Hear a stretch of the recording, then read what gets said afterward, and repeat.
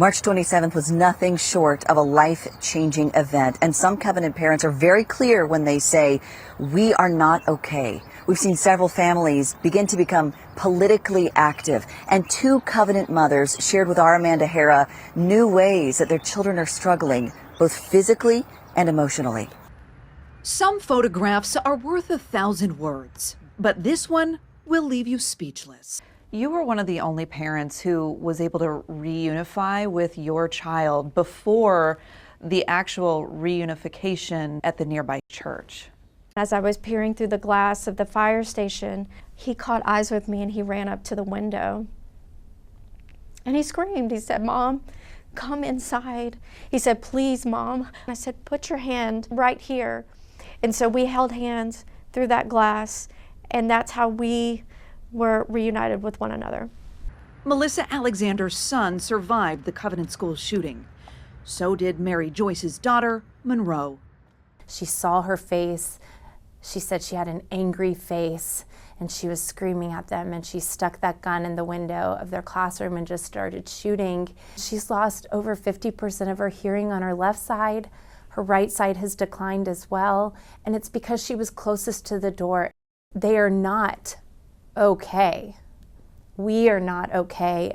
1 year later, both families are learning what it really means to survive.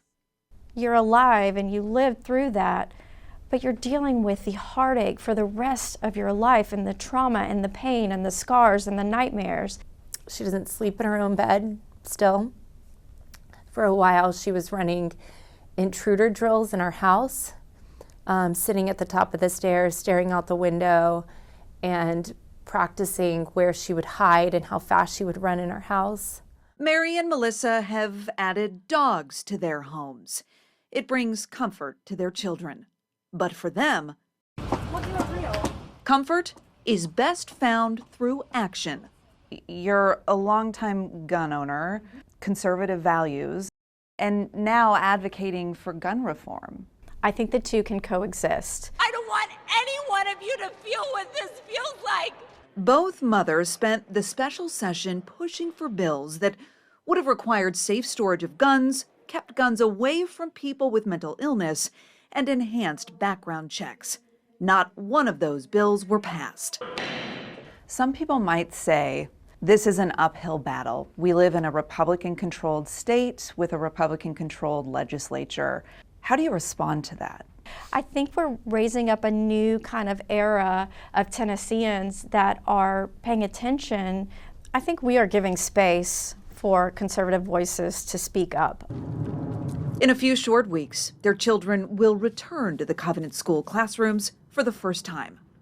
Are there any parents who have made the decision, we're not going to return this year? There have been parents that have made that decision, but they're letting their children lead and doing what's best for their family.